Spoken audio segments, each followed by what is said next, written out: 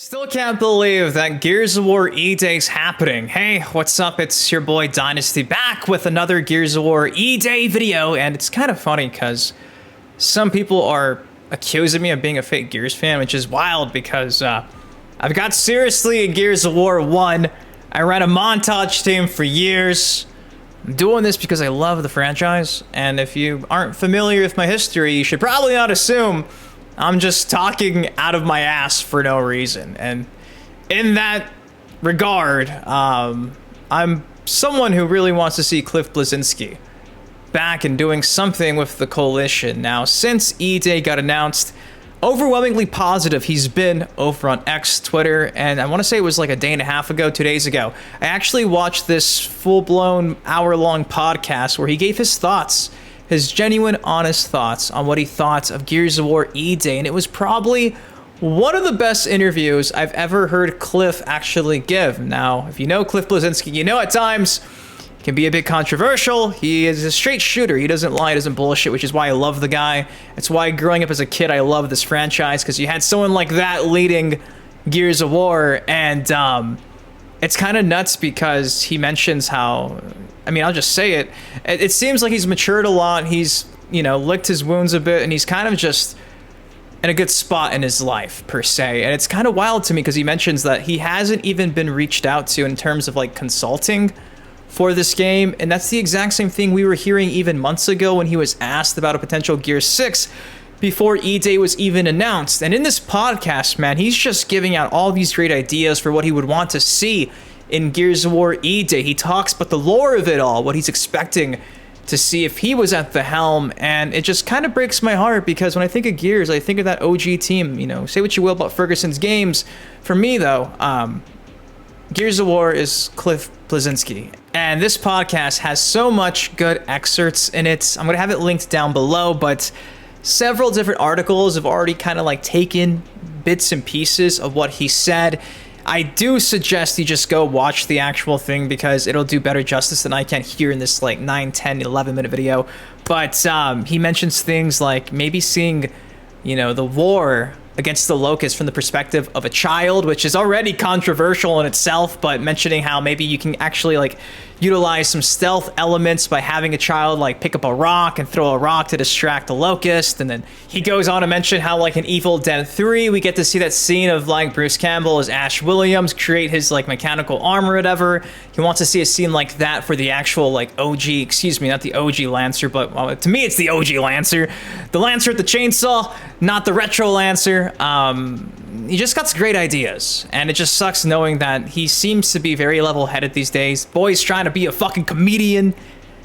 He does mention he's going to be working potentially on another project on a smaller scale with another studio, which is kind of exciting, but I just wish Microsoft would reach out to him because, dude, if you're going back to the roots of Gears, how the fuck do you overlook this dude who has been salivating again to get back to his baby? So in today's video, grabbing some excerpts from Cliff from Twitter, from this interview, which I'll have linked down below. Cliff, if you're watching this, man, I love you. I hope they reach out because you have created greatness, and it's a travesty that you're not involved. And with that said, well, let's get into it. Now, this was just a few days ago, right after the trailer went live. We're going to be citing Games Radar. Gears of War E-Day's co-creator Cliffy B seal of approval as the prequel gives the people what they want. The nostalgic trailer gives Cliff Bleszinski chills. Again, he's just been like overwhelmingly positive, which is honestly, as a fan, exciting to see the creator of a franchise you love, who's not in control anymore, be like, yeah, it's back. Goes on to say, Gears of War E-Day has received a seal of approval from the series' original co-creator. Gears of War E-Day is throwing it back to a time when the now familiar subterranean Locust army was nothing more than an unidentified scaly demon horde that had just popped out of the ground more than 14 years before the first game ever started.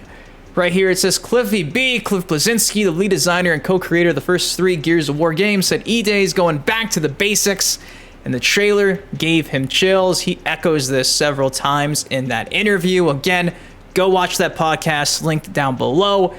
According to Bleszinski, the prequel approach gives the people what they want, Dom and Marcus. I love how he put Dom first there, and leaves plenty of room for set pieces. And honestly, he's right. There's so much potential here. Above me is another quote. Having worked on the series during its conception, Bleszinski happens to have a few theories about what the game might depict too. Bleszinski points to the Welcome Home banner in the reveal trailer, which might indicate the characters are fresh off the Pendulum Wars, which obviously makes some sense. The regular human war that preceded the Locust invasion. Prologue might be a chapter in the Pendulum Wars, he adds, though it should be noted that Gears of War 4 began in the same way. And again, he kind of like expands on this in the full-blown podcast down below, which you should go watch.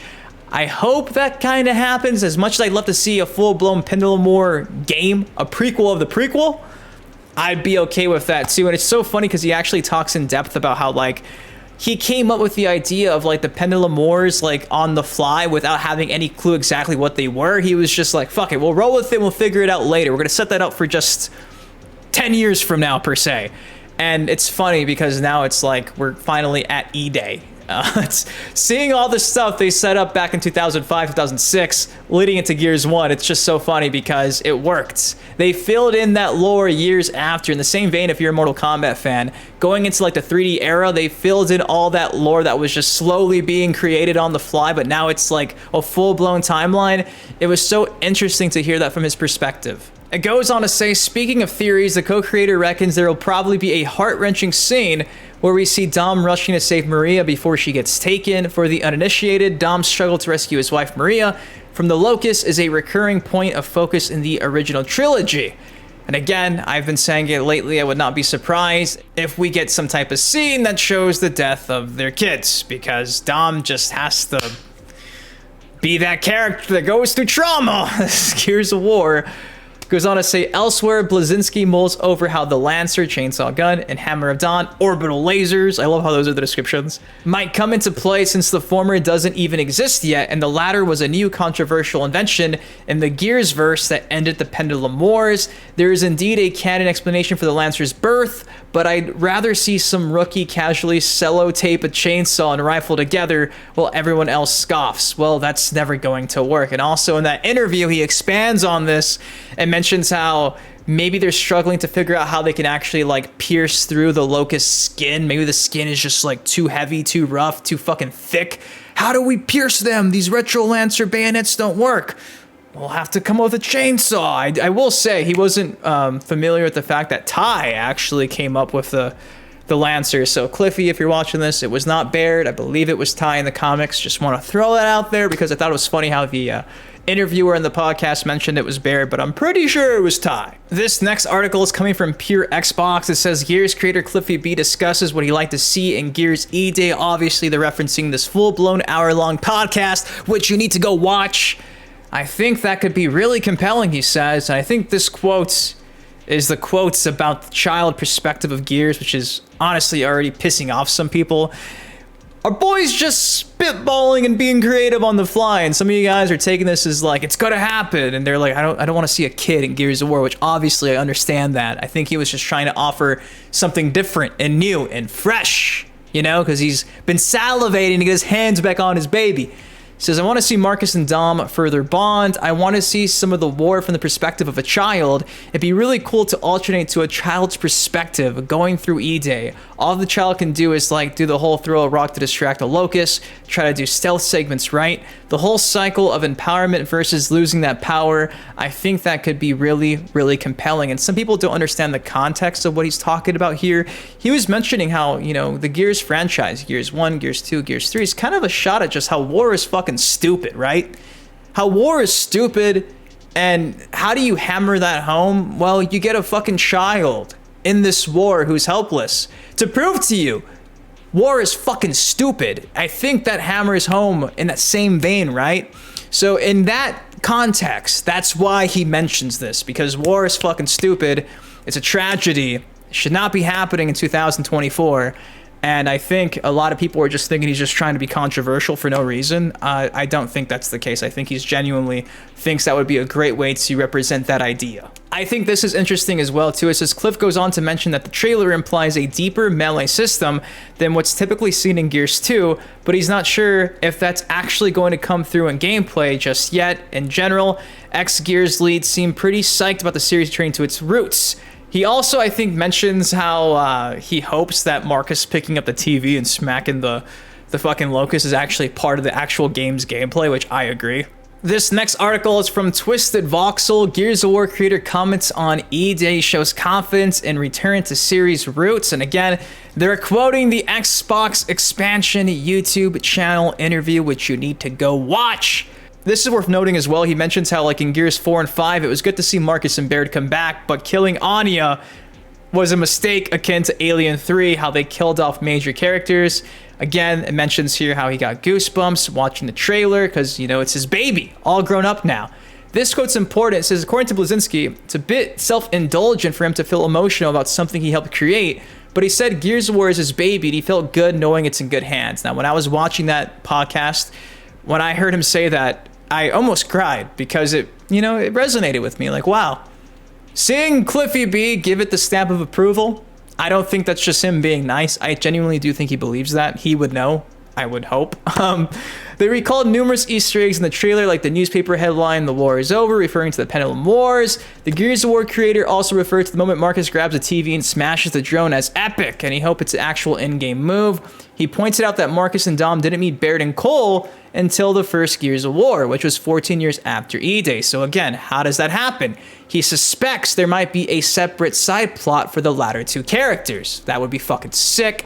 And that the first chapter in E-Day might depict the Pendulum Wars, which is something fans have been wanting to see for a long time. So again, everything Cliffy B's been saying about Gears E-Day has been just so overwhelmingly positive. He seems like he's in a great place. I don't know him personally, but I know he's doing comedy these days. Maybe it's loosened him up a bit, but I'm ready to see Cliffy B just get back into it. And as exciting as it was to hear that he's coming out of retirement to potentially make another game, if it's not Gears, dude, it's gonna fucking hurt. It's gonna really hurt. Now, because I'm a professional, I wrote down a bunch of notes on my phone when I was watching this. He mentions that the pacing, right? The pacing has to make sense. They have to actually have proper pacing in E-Day because it's something that he really tried to get across perfectly with Gears 1, Gears 2, Gears 3, and honestly, he's right. Everything we're experiencing, even like in Gears 1, you know, from the jump, it's making sense and going somewhere. So he's really trying to hammer home. Hopefully the pacing makes some sense. Multiplayer, he was concerned how like the Steam page said multiplayer, then it got removed. Obviously, it's not a Gears of War game if it doesn't have multiplayer, despite the fact that the Gears 1 multiplayer was a last minute thing that we still love to this day. He mentions Horde mode, how, you know, Gears of War 2's multiplayer launch was a fucking wreck, but Horde mode worked as they were trying to, you know, remove that fucking horrible smoke grenade that knocked you flying through the walls and in the sky. At least, you know, me and you could go play Horde mode and make the most of it. So he's hoping Horde mode makes a return. He also mentions how he'd be down to be a cameo in some regard in the game, doing like a voice role or something. So I thought that was kind of funny. And pretty much for the most part, that's everything that hasn't been said in those other articles that I thought was worth pointing out. But confirms he's not been consulted, but he's not necessarily upset about it. So don't take it as sour grapes, because the vibe he gave was just, it was awesome. As somebody who, again, loves the franchise, loves what he created, to see him in this spot, man, it was awesome. And I hope they reach out. I really do. But guys, that is all I got for y'all today. Again, I have all these articles linked down below. The podcast linked down below. What do you think of Cliffy B potentially coming out of retirement? Do you want to see him on board with the coalition? Let me know your thoughts in the comment section down below. I love you guys. Thank you for watching. Have a great Friday night. See you in the next video. Peace.